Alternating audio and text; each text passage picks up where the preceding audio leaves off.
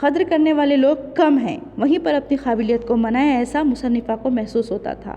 اب یہاں پر مصنفہ نے کسی بھی وقت یا کبھی بھی منٹو کو پاکستان جانے سے روکا نہیں تھا، ہاں لیکن وہ خود جانا نہیں چاہتی تھی۔ ان کا ماننا تھا کہ وہ اپنی ہی ملک میں رہ کر اپنی تمام ادبی صلاحیتوں و تخلیقات کو پورا کر سکتی ہیں۔ یہاں پر انہیں غصہ اس بات کا آ رہا تھا، منٹو جا کر پاکستان میں خوشحال ہو چکا تھا، وہاں پر بس چکا تھا اور ساتھ ساتھ وہ عصمت کو بلا رہا تھا۔ یہ بات عصمت کو گوارا نہیں تھی، وہ نہیں چاہتی تھی کہ منٹو کے راستے پر وہ بھی گھسیٹتی چلی جائے، کیونکہ ان کو یوں لگنے لگا تھا گویا کہ پاکستان جا کر اپنی ترقی کرنا بزدلی کی نشانی ہے، کیونکہ وہاں پر تو وہی لوگ ہیں جو کبھی بھی ان کے ادبی صلاحیتوں کے آڑے نہیں آئیں گے، کبھی بھی ان کی ہیچ یا حد تک نہیں کریں گے یا کبھی بھی ان کو روکیں گے ٹوکیں گے نہیں۔ لیکن مصنفہ کڑے مزاج کی انسان تھی، مصنفہ کو مقابلہ کرنا پسند تھا، مصنفہ کو یوں لگتا تھا گویا اپنا لوہا منوانا ہے تو ایسی جگہ منوائیے جہاں پر لوگ آپ کو ابھی جانتے نہ ہوں۔ پھر سنا منٹو بہت خوش ہے، مکان چھن گیا مگر دوسرا مکان بھی خاصا اچھا ہے۔ ایک لڑکی اور پیدا ہوئی اور سال گزرتے گئے، ایک لڑکی اور پیدا ہوئی۔ منٹو کا ایک خط آیا، کوشش کر کے مجھے ہندوستان بلوا لو۔ یعنی کہ اب منٹو واپس ہندوستان آنا چاہتے ہیں، اب وہ نہیں چاہتے کہ پاکستان میں مستقل طور پر رہے۔ ان کا دل، چونکہ ان کا ضمیر جو ہے ہندوستان کی مٹی سے گندھا ہوا تھا، ان کی جڑیں ہندوستان ہی میں پیوست تھی۔ وہ بھلے اڑنے لگے تھے، بھلے وہ تناور ہو چکے تھے، لیکن اس کے باوجود وہ ہندوستان ہی کو دل سے پسند کرتے تھے۔ وہاں جا کر وہ خوشباش تو ہو چکے تھے، وہاں جا کر اپنی زندگی کو آباد کر چکے تھے۔ پاکستان جا کر وہ اچھی خاصی ترقی کر بیٹھے تھے، ان کی اپنی فیملی یا ان کا اپنا خاندان بھی رچ بس گیا تھا، لیکن اس کے باوجود ایک مرتبہ پھر انہوں نے خط لکھا اور خط لکھ کر عصمت سے کہا کہ مجھے ہندوستان بلانے کی کوئی سبیل نکالو۔ پھر معلوم ہوا منٹو پر مقدمہ چلا اور جیل ہو گئی۔ اب دیکھیے گا آگے ہم کو دیکھنا ہے کہ منٹو کن مشکل حالات کا شکار ہو چکے ہیں۔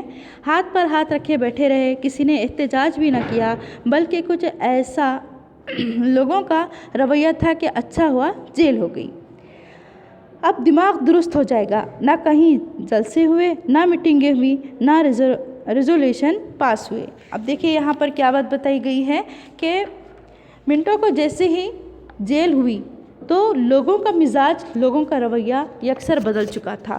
لوگوں نے بالکل ان کے ساتھ بالکل کنارہ کشی اختیار کر لی تھی یا ان سے منہ موڑ لیا تھا، بلکہ لوگوں کے رویے سے یوں ظاہر ہوتا تھا کہ چلو اچھا ہوا اب منٹو کے دماغ درست ہو جائیں گے، کیونکہ نہ ہی اب کہیں جلسے ہوں گے، نہ واہ ہوں گی، نہ ہی میٹنگیں ہوں گی اور نہ ہی ریزولوشن کے معنی ہوتے ہیں قرارداد، تو نہ کسی قسم کی کوئی قرارداد پاس ہوگی۔ یعنی کہ اس بات سے اندازہ ہوتا ہے کہ لوگ منٹو سے تنگ آ چکے تھے، اکتا چکے تھے، وہ منٹو کو وہاں بھی پسند نہیں کرتے تھے۔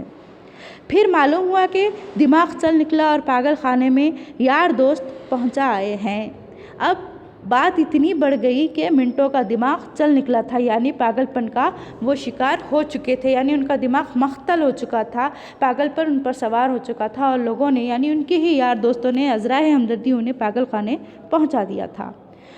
مگر ایک دن منٹو کا خط آیا، بالکل ہوش و حواس میں لکھا تھا کہ اب بالکل ٹھیک ہوں، اگر مکھرجی سے کہہ کر بمبئی بلوا لو تو بہت اچھا ہو۔ اس کے بعد عرصے تک کوئی خیر خبر نہیں ملی، نہ ہی میرے خط کا جواب آیا۔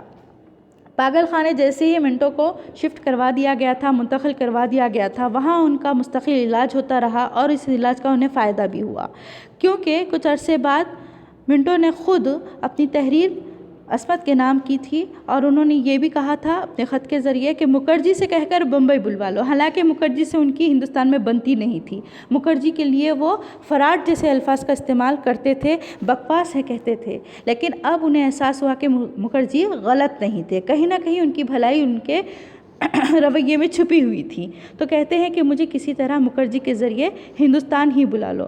لیکن بہت دن تک پھر اس کا نہ کوئی خط آیا اور نہ ہی مصنفہ کے خط کا اس نے کوئی جواب دیا۔ پھر معلوم ہوا کہ دوبارہ پاگل خانے چلے گئے ہیں۔ اب منٹو کی خبروں سے ڈر سا لگتا تھا، کیونکہ ان کی خبروں میں کوئی صداقت محسوس نہیں ہو رہی تھی، کبھی وہ اچھے ہونے کا ذکر کرتے تو کبھی پاگل خانے ہونے کی بات سامنے آتی تھی، پوچھنے کی ہمت نہ پڑتی تھی، خدا جانے اس کا اگلا قدم کہاں پڑا ہو، مگر پاگل خانے سے آگے جو قدم پڑتا ہے وہ لوٹ کر نہیں آتا۔ بات سمجھنے کی ہے، یہاں پر ہر تھوڑے دن بعد مصنفہ کو یہ معلوم پڑتا تھا کہ آج منٹو پاگل خانے سے رہا ہو چکے ہیں یا صحت یاب ہو کر واپس آ چکے ہیں، بالکل وہ پہلے جیسی زندگی گزار رہے ہیں۔ تو کبھی معلوم پڑتا کہ واپس سے وہ پاگل خانے چلے گئے ہیں۔ اسی کشمکش میں مصنفہ پریشان تھی کہ آج کیا حال ہے، اور مصنفہ کو اس بات کا بھی ڈر تھا کہ اب وہ پاگل خانے سے آگے کی زندگی نہ گزارے۔ اب پاگل خانے سے آگے والا جو قدم ہے وہ موت کا قدم ہے۔ مصنفہ کو یہی ڈر تھا کہ اگر موت کی خبر آئے گی تو وہ واپس پلٹ کر نہیں آ سکے گے۔ پاکستان سے آنے والے لوگوں سے بھی اتنی کڑوی خبریں سنی کہ جی اوب گیا۔ جی اوب جانا اکتا جانے کے لیے استعمال ہوتا ہے، یعنی کہ پریشان ہو جانا، بیزار ہو جانا۔ یہاں پر دیکھیے گا جی اوب جانا یعنی کہ بہت زیادہ بیزار ہو جانا، یعنی پاکستان سے جو لوگ بھی آتے تھے منٹو کے حوالے سے مصنفہ کچھ نہ کچھ ان کے بارے میں پوچھا کرتی تھی، کیونکہ ان سے ان کو ادبی انسیت تھی۔ اس لیے جب بھی منٹو کے بارے میں لوگ باتیں بتاتے تو یہاں مصنفہ کو منٹو سے بہت زیادہ بیزاری محسوس ہونے لگتی تھی، ان کا دل برا ہو چکا تھا۔ بے طرح پینے لگے ہیں۔ اب اس کی وجہ دیکھیے گا، یہاں پر منٹو جو ہے بہت زیادہ پینے لگے ہیں، اپنے پرائے ہر ایک سے پیسہ مانگ بیٹھتے ہیں، اخبار والے بٹھا کر سامنے مضمون لکھواتے ہیں، پیشگی پیسہ دو، سب کھا جاتے ہیں۔ دیکھیں یہاں پر منٹو کے اب حالات کس طرح سے قسم پرسی والے ہو چکے تھے، کیسی ان کی زندگی ابتر اور بیکار سی ہو گئی تھی۔ وہ بس پینے پلانے کے شوقین بن چکے تھے، یعنی نشے کی لت انہیں پڑ چکی تھی۔ اتنا ہی نہیں بلکہ وہ اپنی اس لت کی وجہ سے ہر ایک سے پیسے مانگنا شروع کر چکے تھے، جس سے لوگ ان سے بیزار ہونے لگے تھے۔ جب کبھی اخبار والوں کے سامنے بیٹھ کر کوئی مضمون لکھنے کی بات ہوتی یا لکھوانے کی بات ہوتی تو وہ پہلے پیسہ مانگتے تھے، جس سے لوگ بھی ان سے دوری اختیار کر رہے تھے۔ چلیں آگے بڑھتے ہیں۔ اور آج منٹو کے مرنے کے بعد ہی لکھ رہی ہوں۔ منٹو ہی نہیں، عرصہ ہوا میرے اور منٹو کے درمیان بہت کچھ مر چکا تھا۔ آج صرف ایک کسک زندہ ہے، یہ پتہ نہیں چلتا کہ کس بات کی کسک ہے۔ کیا اس بات کی ندامت ہے کہ وہ مر چکا ہے اور میں زندہ ہوں؟ یہ میرے سینے پر پھر قرض جیسا بوجھ کیوں ہے؟ مجھے تو منٹو کا کوئی قرضہ یاد نہیں، اور اس کا قرضہ بھی کیا تھا؟ یہی نا کہ اس نے مجھے بہن کہا تھا، مگر بہنیں تو کھڑی بھائیوں کو دم توڑتا دیکھتی ہے اور کچھ نہیں کر پاتی۔ مرنے والے زخم لگا جاتے ہیں، جو نہ دکھتا ہے نہ رستا ہے، خاموش لگتا رہتا ہے۔ اب دیکھیں یہاں پر مصنفہ نے بڑی کڑوی کسیلی باتیں کہی ہے، لیکن بڑی تلخ اور حقیقی باتیں ہیں۔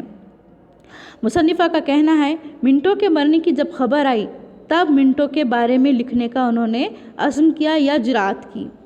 کہتی ہے مصنفہ کہ میں نے منٹو کے بارے میں جو کچھ بھی لکھا، اس کے باوجود میرا دل بوجھ سے بھاری ہے۔ پتہ نہیں میرے دل پر ایسا کیا بوجھ ہے، لیکن ایک بات ہمیں پتہ ہے کہ پہلی مرتبہ جب منٹو سے ملاقات کی تھی اس وقت منٹو نے عصمت چغتائی کو بہن کہا تھا، اور یہ بات عصمت کو بہت بری لگی تھی۔ شاید یہی وہ قرض سمجھتی ہے اپنے دل پر کہ وہ لوٹانا چاہتی تھی، لوٹا نہیں پائی۔ اور مصنفہ کہتی ہے منٹو تو مر چکا ہے، لیکن مجھے یوں لگتا ہے گویا کہ میں بھی ساتھ میں مر چکی ہوں۔ حالانکہ دونوں کے درمیان سوائے ادبی نوک جھوک کے یا ادبی رشتے کے کوئی اور رشتہ نہیں تھا، اس کے باوجود منٹو کے مرنے پر اسے بہت زیادہ دکھ ہوتا ہے، بہت وہ تڑپ سی جاتی ہے، یوں لگنے لگتا ہے گویا وہ واقعتاً اس کی بہن تھی، حالانکہ بہن کہنے پر اسے اعتراض ہوا تھا، کیونکہ اسے یوں لگتا ہے کہ بہنیں تو کھڑی بھائیوں کو دم توڑتا دیکھتی ہے، کچھ بھی نہیں کر پاتی۔ ٹھیک اسی طرح سے عصمت نے بھی منٹو کو مرتا ہوا محسوس کیا تھا، مرتا ہوا دیکھا تھا، لیکن منٹو کے حق میں وہ کچھ نہیں کر پائی تھی، جبکہ منٹو نے بارہا کہا تھا کہ وہ ہندوستان آنا چاہتا ہے۔